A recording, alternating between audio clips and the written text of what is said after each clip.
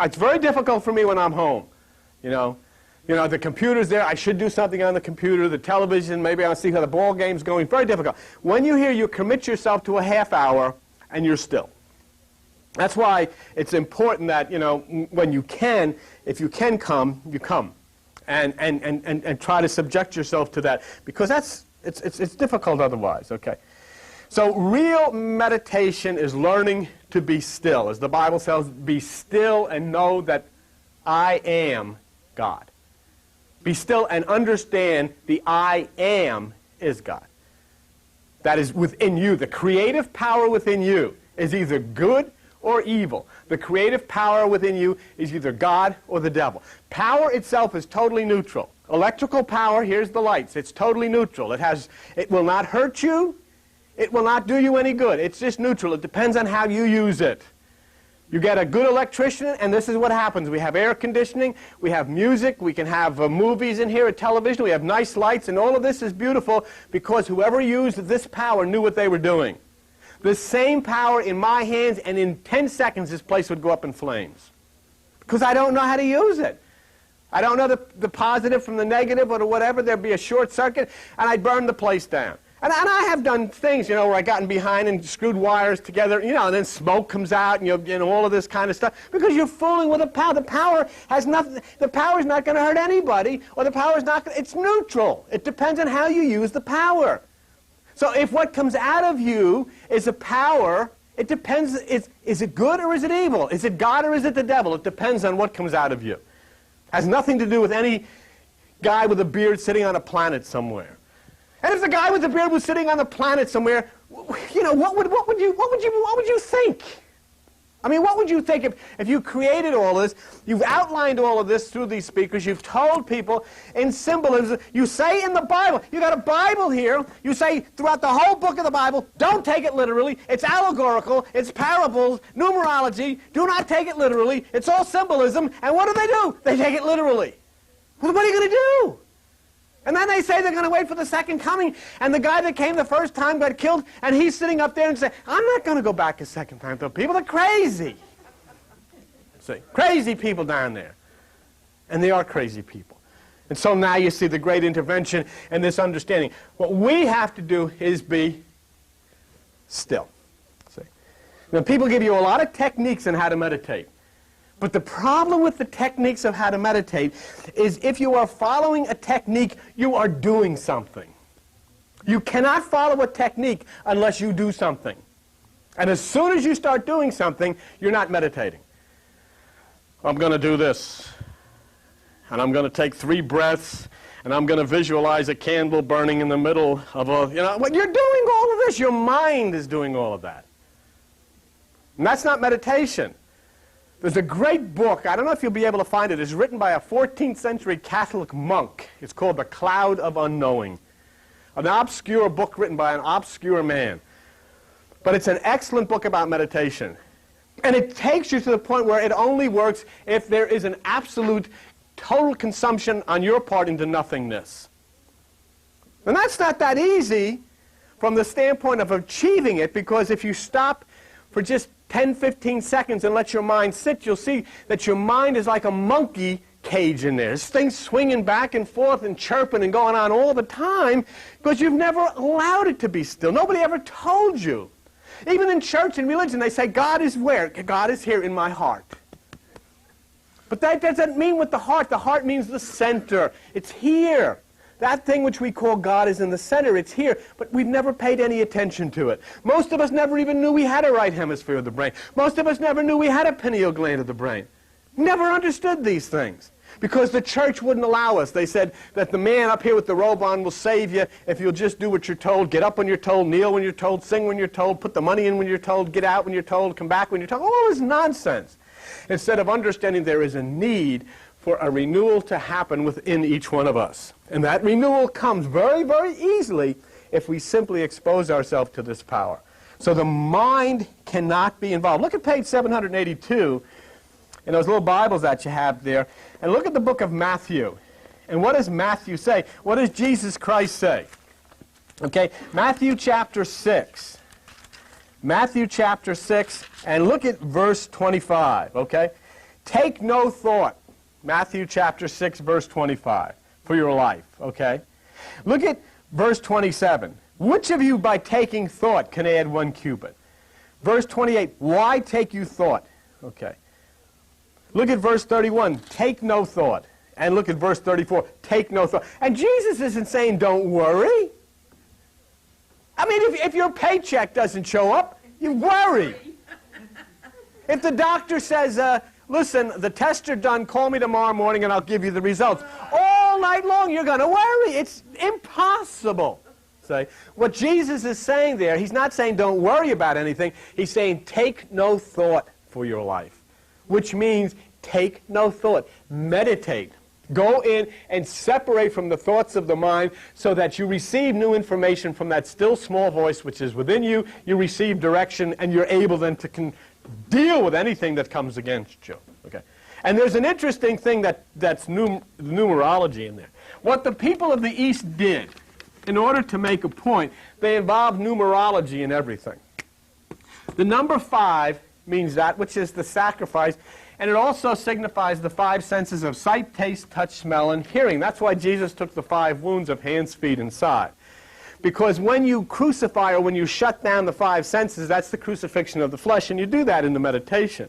And if you look at Matthew chapter 6, starting at verse 25, Jesus says, take no thought 5 times. And it's very important.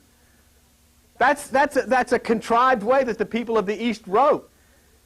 Take no thought, take no thought, take no thought. And he's making that to be number 5 because he's talking about the 5 senses and he's talking about the sacrifice of the flesh. You have to understand that meditation is the center, okay? Meditation is the center. And it depends on you being centered. And now we're going to get into that which we talked about in the beginning here, which is a very important part of teaching nowadays for corporate America when they're teaching customer service reps, salespeople, and so forth, people who are dealing with other people, that which is the 3 circles. Okay? Whoops. Too big. Let's make it this way. Okay. Not really that sharp, but anyhow. There are 3 circles which are outside of the center. Okay. The center is the point of meditation. The center is the point where you want to go. The first circle is this place of feeling. That's closest to the center. The place of feeling. When you have a feeling about something, meditation is not there, mind is there. It doesn't make any difference what you're feeling, but when you have a feeling about something, I feel blue, I feel happy, I got a strange feeling, I got a negative feeling, I'm feeling bad vibes or good vibes, you're feeling, you're not meditating. You're not in the center, you're in circle number 1. Okay? The second, which is further from the center, is thinking. Okay? And that happens a lot. Many times when you're in the center in meditation, you suddenly find yourself drifting out. You lose kind of touch with the mothership and your umbilical cord kind of tethers and you find yourself floating out into the second circle, which is thinking. Okay? Thinking is not meditation. A lot of people say, well, you know, meditation is you should think about a candle or think about you can do those things and that's not the problem. I don't teach that kind of meditation. I don't teach meditation in which you to try to make yourself happy or I teach the kind of meditation which tries to get you to the center to where you meet the Christ. How did you know? You're choking up. Oh. Thank you. Thank you. Okay. She had a feeling and she thought it was a good idea, but there's another. All right, very good. Because the third circle is activity. Okay? So what you did, Craig, and what you did is exactly the point. Meditation is nothingness. You had a feeling. You thought you should do this, and you acted on it. Now, do you see where in corporate America how they start teaching people, don't be acting and being active without understanding what you're thinking, get in touch with your feelings, but start from the center. Okay? And basically, that's the essence of meditation. So the first thing as we look here that we have to consider is to move inward from the furthest circle, which is activity. Because we're out here. We're not in here. We're not in the center. We're way out here. See? We're trying to make a landing, a pinpoint landing, if you would. We're parachuting from the furthest point, and we're going to make a pinpoint landing. And the first thing we've got to deal with is activity. And that's the easiest one of all. You say, okay, on Tuesday night or Thursday night, when we have these meditations, I will come, and you sit on the floor, you kick your shoes off, you do whatever you want to do. You sit in the chair, wherever you go. But you are going to change the activity that you had planned, and it is totally 100% under your control. There is no God in the universe that's going to make you do it or can make you do it. And if there is no God that can make you do it, that makes you God. So you then will create the activity. You are the God. You create the activity. You'll either stop or you'll continue with what you're doing. So that's the first thing that we've got to move. We've got to move with that outer circle and deal with activity. Sitting silently moves you towards the next circle and away from the outer circle of activity. Okay? Now, what the Buddha did was to sit in the lotus position. And you see the statue of the Buddha. The Buddha is in the lotus position with the leg. I like to sit in here and do that here when I do the meditation on Tuesday because I found it to be very effective for me. There's other people like Joan can't do it because she has a bad back. So she can't sit like that. And what I find lots of times is with the fact that the floor is concrete, there is a tendency for your leg to go to sleep. But I've learned a new Buddhic trick that when you're in meditation, you place your hands together like this, which forms an electrical circuit. And the energy then flows in a circle. The electrical energy flows in a circle.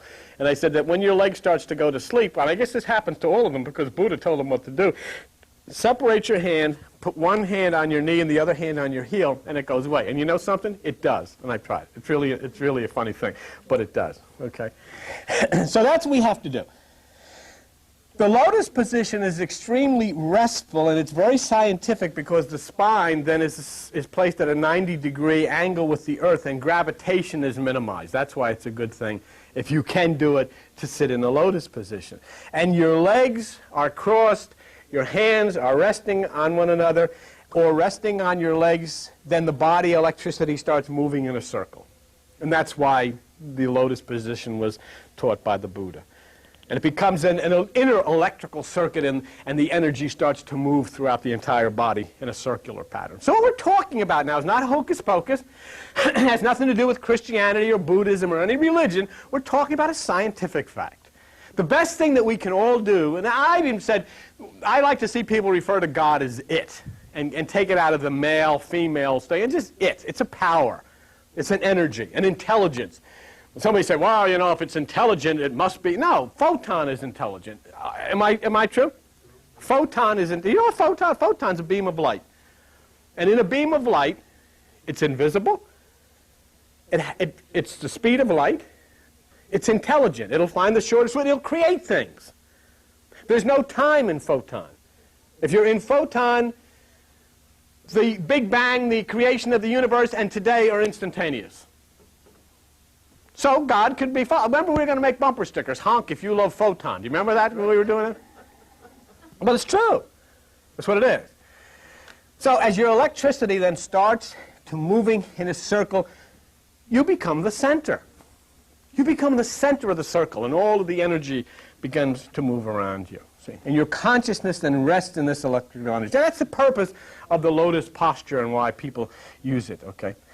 And that's also the way we can start using activity to move from this outer circle and start moving ourselves into the inner circle. And I'll tell you something, I don't care how much of a born-again Christian, how much of a good Jew, or whatever you are, nothing is going to work unless you start doing this and start moving the brain waves down to the cyclic rhythm of the brain waves down from beta to alpha. So you got to go from beta to alpha to theta to delta. If you don't, you can forget about it. The Holy Spirit, absolutely forget about it. There is no Holy Spirit unless you get out of beta and move into alpha. It doesn't exist. It's a very scientific principle. When you get those people up to Jankowicz's backyard and they're all seeing Mary, sure they are. There's no doubt they are. But how come? Because the brain waves, because of this meditation they're into, the energy is starting to move, and they're starting to move out of beta down into alpha. And it opens the visionary process. When you get down to theta, you cross over into the right hemisphere of the brain, and when you get to delta, you're gone. But you have to. It can't work any other way. But unfortunately, the part with Christianity that is so bad, they know nothing about this, and the entire religion is based in beta. It's all emotions. I mean, even the music, and we used to be into it hot and heavy, you know. The music is banging, the tambourines and banging, and I'm going to get to heaven when I see Jesus, and everybody's jumping and shouting and jumping and carrying around. And it is totally emotional, which, you know, is not, see, this thing is not a social thing. It's not a thing of a group type of entertainment. This thing is an extremely private, personal encounter with you deep within yourself. So it has to be silent. And as the Bible says over and over again, be still. God lives in silence. The Lord is in his holy temple. Let everyone be silent in his presence. And when you're silent in the presence deep within you, then your brain waves will start to move from 26 down to 16, down to 8, down to 4, and you'll move from beta to alpha, then into theta, and on you go. What can happen? I can tell you what happens. You get down to delta, what can happen? We've seen it on television where Buddhist monks would sit in meditation. Oh, they would take them, and they're practically naked, and they would take these ice-cold sheets stuffed in cold water and put them around their bodies. And we saw it on television, remember? And suddenly you see smoke from these things. Smoke would actually come. They'd be pressing the sheets on their back, and they dry them. Do we see it? I don't know if any of you saw it on the Discovery Channel. This is the power of the mind. That's why Jesus Christ says the kingdom is within you. What's possible to do? Nothing if you're going to sit there and just activate the left side of the brain. Nothing is possible. I mean, all that's possible is religion and war, which are the same thing. There's not a whole lot of difference between religion and fighting. Okay. So you've got to move inward, and the way to move inward is to start understanding circle number 2, which is thinking. And what did we see that Jesus said to do? Take no thought. Here you've hit the activity circle. You decided you're going to sit still for a half hour, and you're going to try it. Fine. You've dealt with the outer circle. You move into the second circle, and now you get to the point of thinking, which is take no thought. The way to move around thoughts is to watch them. Just watch them. And you've got to tell your mind. And I talk to my mind when I sit here. And I say, now look, I mean, you know you're you and I'm me. And all of this crap that you're going to parade in front of me while I'm sitting here, I'm telling you right now, that's you. That's not me. So I watch and I just let it go by. It just goes by. And then it becomes less and less of me. And every so often I'll get maybe a minute, maybe sometimes 2 minutes of absolute nothingness, nirvana. Not constantly, because your mind is, you know, it's pulling at the door because it wants to get in, and it's going to, you know, you're going to see faces and all of this crazy stuff. It's all mental. But as you sit and you start to take yourself away and not judging the thoughts, not evaluating the thoughts, not getting involved with them, just watching them. You know what Buddha called it? And he dealt with this. He called it U-P, let me get it spelt right, U-P-E-K-S-H-A. Upaksha. And you know what it means? It means indifference. Indifference. In other words, I get thoughts, I'm indifferent to them. I'm on the curb, my thoughts are a parade. Here they go, how good, off you march. That's a discipline. And it's something that you do because a lot of people will come into meditation and they'll say, oh, my mind was all over the place. Certainly it's all over the place. There's nothing wrong with that. But as you start to learn, you become indifferent to these things. Let the thoughts pass. They're all there, but you don't have anything to do with them. Because your mind, your left side of the brain, the carnal mind, the side that's going to get buried in the cemetery, has nothing to do with what is meditating. The meditation point is the right hemisphere. This is the point that you've got to understand, especially when you come to meditation a lot, as many of you do. It does not make any difference what type of an experience you had that night. What makes a difference is how has it affected your life. Meditation is not to sit here and float around and say, oh, I saw this, oh, I had a great time, oh, I had a tremendous experience. It has nothing to do with that. Meditation is to make you better so that you can deal with life. You can deal with the in-laws and the outlaws. You can deal with the police. You can deal with the church. You can deal with everybody because of your meditation. If it changes your life so that you can deal with the things that come against you better, then you know your meditation is working. Al Cruz goes and has an operation for a triple bypass. Within a week, he's shopping. He's sitting here now. So what I would say, and Al would testify to it, his meditation has helped him. Buddha said, your meditation is not there that you can have a good meditation. Your meditation is so that you can have this reserve ready to come to your aid when you need it. When he needed it is when the doctor says, we're going to start here, we're going to open you up here, and we're going to take everything, and we're going to rearrange it. He needed it, and it came. The point is, he needed it, and it's there, and he's sitting there. See? So I don't have to talk about, there was a God intervention. The God intervention was that the God-man Christ came, the God-man Buddha came, the God-man Krishna came and says, meditate, get inside of yourself, and when you do have problems that come against you, you'll be able to deal with them, you'll be stronger, you'll survive. It's like getting into a ring with a boxer. Your training in the gym is not going to make the other boxer any weaker, but it's going to make you much stronger to be able to deal with that person when it comes against you. That's what meditation is about, and that's something we should learn. Meditation is not so that you say, oh, I had a beautiful meditation, I floated around the room, I saw green stars coming out of the ceiling and all of this stuff. I do that when I eat too much pasta or, have milk and chicken and all that kind of stuff. I get indigestion and I'll see things. That's not what meditation is for. Meditation is so that when you get out of here, you walk up, you get ready tomorrow morning to go to work or whatever you do, things start coming against you, you react differently, you think differently, you're able to handle these things differently. It's not that the things that come against you are any less, but that you're much stronger in dealing with them. That's what meditation does. And that's what Buddha taught 3,000 years ago. And that's what it's supposed to be. But too many people, especially in the New Age, they get into it and they want to fly around the ceiling. And what is it? So what happens after you land? That's when I used to do the Christian thing, and I'd put my hands on people so they'd all fall on the floor. I'm telling you, one night we said it's like Custer's Last Stand. There was people all over the floor. And you know what? I used to think as I stood there, after I got off of my ego trip, so I thought, God's really in me. I touch people and they fall on the floor. But when they got up, they were just as screwed up as when they hit the floor. Nothing changed. What helped them? Nothing.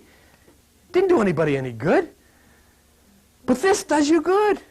Because not only is this a spiritual fact that Jesus, Buddha, and Krishna taught, it's a scientific and it's a medical fact. That's why it's good. So the more unaffected you are with your thoughts, the less they'll come. And then when they disappear, mind disappears. And when mind disappears, God is there. When you are in a total point of what Buddha called nirvana, there is not one thought. Can you imagine that? You want to do it sometimes? All you got to do is take your fingers, stick them in your ears, and hum for about 10 seconds. All thoughts go away. Or hold your breath for 15 seconds. As soon as you shut off your breath, there's no thought. And just think of that.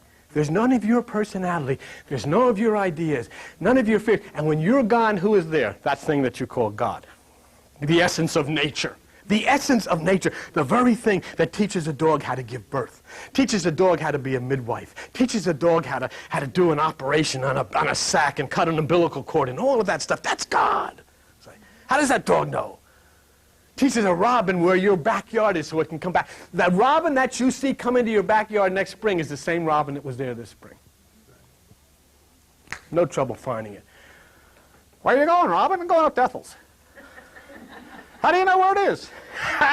I meditate. Psh, off he goes, and he winds up in Ethel's backyard. How is this possible? All of these things that you say, oh, that's instinct. Sure, it's instinct. Where does it come from? It's this beautiful plan of nature. And nature has a beautiful plan for each one of us, but we've let religion get in the way, and we said, no thanks. No thanks. I'm going to read the Bible and listen to the pastor. And we didn't listen to the voice inside, and we missed it. But thank God, we're now listening to the voice inside. So we've gotten through the activity part, we've gotten through the thinking part, and now we come to, as who does it say, Frank Sinatra or something, feelings, Feelings. Feelings are very subtle changes. You feel very good, a slight change comes, you're not feeling so good. Sit down, got a Coke or whatever you drink and some pretzels, you're watching the World Series, you're feeling great. You get a telephone call, your heart sinks, somebody tells you something you didn't want to hear, you know, and you've gone from heaven to hell just like that. Feelings, everything changes. Dependent on the outside, what comes in from the outside changes the way you feel, changes the way I feel, changes our whole mood. A little anger arises, a little sadness arises, things are constantly changing. Now, I had a situation, I'll tell you this, I told you about going to the beauty parlor. Most of you are here. I went to a beauty parlor yesterday. And I won't drag it on, but I've been using this stuff on my hair, you know, because in my business, you know, I'm in a corporation, all the executives, nobody has gray hair. So I told John, I'm going to get this stuff, and I squirted it on for 2 years, and it started, you know, strangling my hair, and the hair's falling out. So Jones didn't want me to use it anymore. Yeah, so she says, don't use it anymore. I said, what do I do? She says, we'll dye it. She says, and then I said, well, okay, let's dye it. How do we do that? She says, you have an appointment at 8:30 tomorrow morning at Mary's Beauty Salon. So here I am in Mary's Beauty Salon, and I said, I'll go under one circumstance, and that is that there's no other women coming in there, because I'm not going to, you know, I can't handle this. There's nobody going to be in there till 9 o'clock. Okay, so I'm there at 8:30 with Joan. She puts this, my hair's sticking up like this, you know, with this stuff in it. It looks like this lady, you know, in the Frankenstein movie, you know, all this stuff coming out. And she sets the timer, 20 minutes to go, and I'm looking at this timer. Here comes Marge in at 5 to 9. Hello! I couldn't believe this woman's in there, and they're sticking curlers in her hair, and I'm sitting there, and I'm looking the other direction. You know, absolutely. She finally puts me in the middle of the chair, and she's going to clean the stuff out. And I said, God, if, you know, at least it's not a man. And here's the electrician from next door comes in. He's doing the, and I felt like a fruitcake sitting in there, you know. So anyhow, that was what I did yesterday. And so I had, my feelings were, you know, were all kinds of terrible feelings that I was having during the day. So my feelings were changing. A little anger arises, a little sadness arises, constantly changing feelings. And feelings have to be addressed in meditation the same way that thoughts are addressed. We have to allow that they're there. We have to allow them to pass. You know, you get into absolute fright, you get into absolute ecstasy, you get into anger, you go from heaven to hell in an instant simply on the basis of what somebody says. You know, you can sense it, you know. You can sometimes you walk into a place and you can sense the vibrations, and your feelings start to commensurate with the people that are in that place, you know. That's why Buddha said he is the statue. And that's why you must become the statue. You become the Buddha, you become the statue. The statue has no feelings. You are simply resting in your being. Come on, you've got 40 hours in the week or whatever it is to have feelings, but just for that 1/2 hour, you become a statue and you rest in your own inner being, and the feelings are just allowed to wash away. And that half hour, as like the doctors say, 1/2 hour of meditation is equal to 8 hours of sleep. Being extremely alert. So this is meditation. So you move then from the point of activity through the thinking process, through the feeling process, and you touch the center. And that is what we call, or what we've known as God. But this is the important part. I can't do it for you. No preacher can do it for you. No priest or minister can do it for you. No pope can do it for you. This is your lovely creation. And when we have meditation, whether there's 20 or 30 or whatever it is, there are 20 or 30 different creations, because it's tuned in to you and your personality, your uniqueness. See, no God ever wanted you to come in and be in with a group and all think alike and be alike. You're to remain that unique, individual, different you, because you have a contribution to make. See, imagine if we tried to take all the German Shepherds and make them into collies. Couldn't do it. See? You are unique. You are different. You have a special trait, and therefore that which is created is giving you an opportunity to use your uniqueness and be that really indelible you. So that's your meditation and your creation. And then the purpose of the meditation is so you can move out of here, move into the world, and contribute to it. Contribute to it because you're no longer going to be thinking the way they do. You're no longer going to be thinking like the military. The military is in existence simply for one reason. The military is in existence to make murder patriotism. Make murder patriotism. And get everybody to salute and march and agree this was a wonderful thing. You're not going to think that way anymore. You don't want anything to do with guns. You don't want to hunt animals anymore. You don't want to because you say, well, you know, there's nothing wrong with that. Well, maybe there isn't in the contents of the way you used to think. But when you come into this, I can guarantee that's one thing that's going to happen to you. Suddenly, you start to open the right side and you become one with nature. And you won't hurt an animal anymore. You won't lift your hand. And you won't hurt a child by threatening a child with hell or devils or demons. You won't do it anymore. You can't. Because a change comes over you.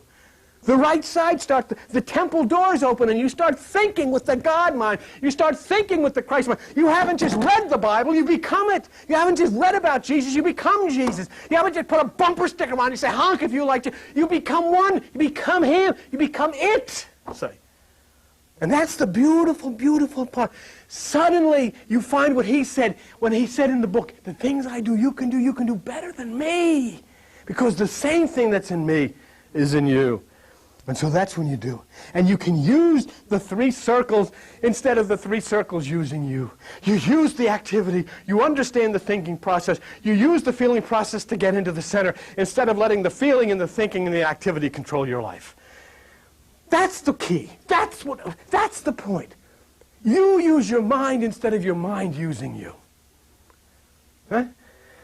There, see, in other words, you become the driver. Instead of the vehicle driving you, you drive the vehicle. You direct your destiny instead of allowing chance to direct where you will wind up. See? And yet I'll tell you something. When you start creating out of meditation, things happen. All of a sudden, it's not that you say, I'm going to do this. All of a sudden, the opportunity is there. And you say, you know what you do? You say, I never thought I'd ever be doing this. I never thought I'd ever be doing it. I never thought this would ever happen. Not in a million years would I have ever thought this would ever happen. That's what you're seeing on the television with the guy signing with the Palestinians, and he's saying, I never thought I would sign such a thing like this. It's important to know the 3 circles so that the meditation is not just when you come to the longer meditation time. Everything becomes a meditation. Activity becomes a meditation. Thinking becomes a meditation. Feeling becomes a meditation. You want to have a meditation? Go to Atlantic City. Go to a casino. You won't think of anything. I mean, you're transported into an entire different world. And you feel good. You get caught up in all of it. For a half hour, all of a sudden you get all excited. And you're feeling good. And you get in the car and you go back up and then you turn on the radio and you get back with the people you've been hanging out with and everything is going right down the toilet again. That's why people go down there. They act out this fantasy.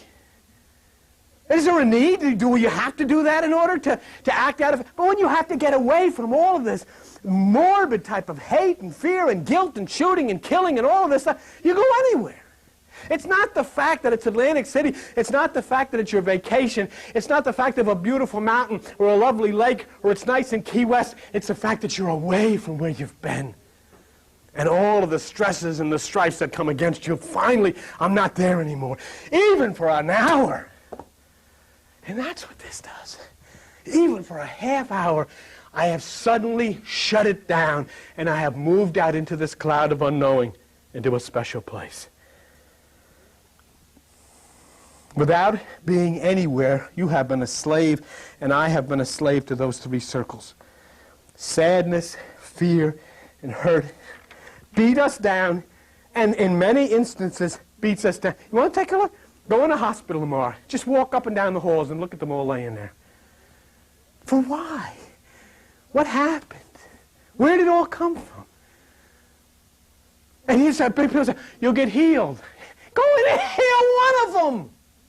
Go in with your tracts and your Bibles. Heal one of them. Doesn't work that way. Rules don't work that way. Laws doesn't work that way. And the God, the creation, nature is saying, it doesn't have to be that way. You've made yourselves all sick by the way you've lived because you've lived out of this side. You've lived out here. You've never come to the center. You know in the Bhagwan, said, I am against those escapists who escape from the world and become 24-hour meditators. 1 hour's enough. Half hour's enough. It'll illuminate you. It's enough. And the test of whether your meditation is successful or not is the test of whether your life is improved.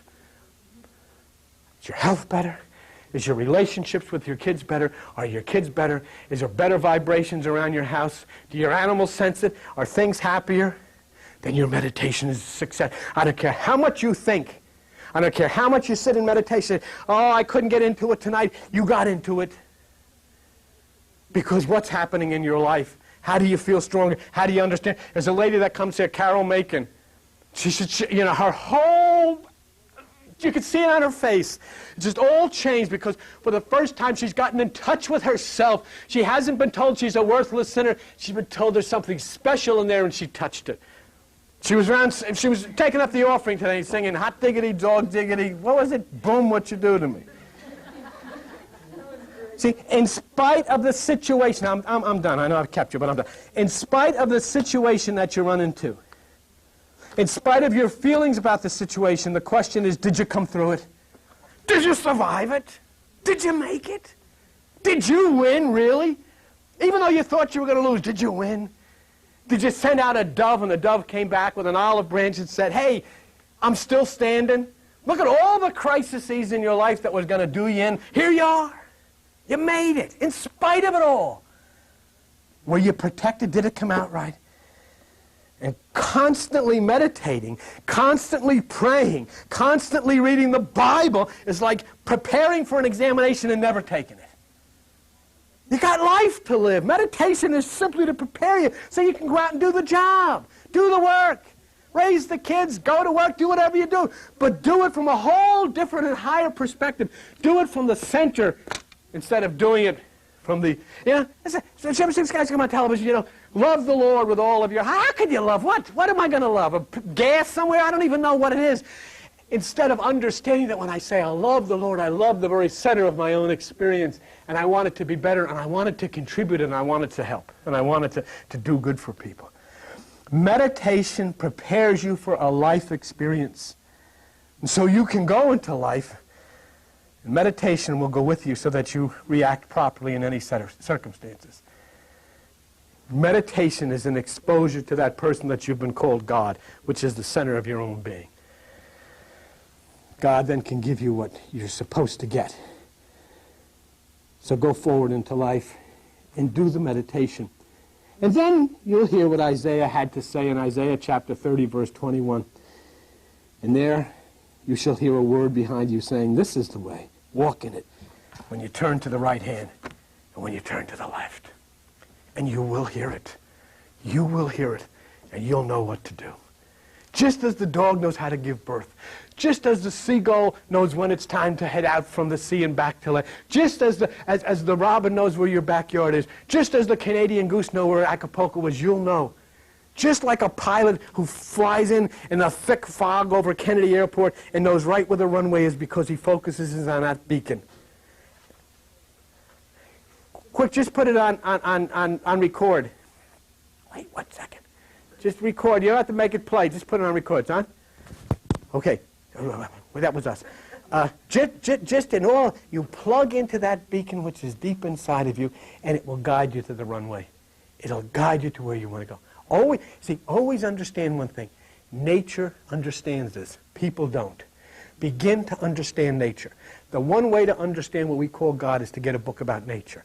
Begin reading it, about the animals, about the birds, about how they do things, about instincts.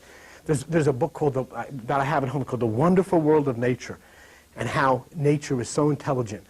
And the reason is an animal doesn't have a choice to say, I'm not going to follow my instinct, I'm going to do this. It follows it because it has to. But we have a choice. And the Bible says, I set before you a choice. Life or a curse. You decide. And we have chosen, including religion, we've chosen the curse because we didn't know about the beacon. We didn't know about the pineal. That bird finds its way to your backyard because it's touched to the pineal gland of the brain.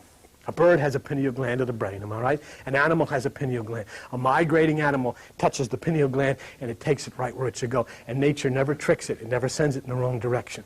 We go in the wrong direction because we don't know of the pineal. The ancient says it's atrophied from non-use because religion has scared us away from it. But you now have an opportunity to say to religion and say yes to God, yes to Jesus, yes to Buddha, yes to Krishna, but mostly important, yes to yourself. Yes to yourself. And then show Jesus he was right. You are something special. And make yourself the very best you could possibly be. Thank you very much. And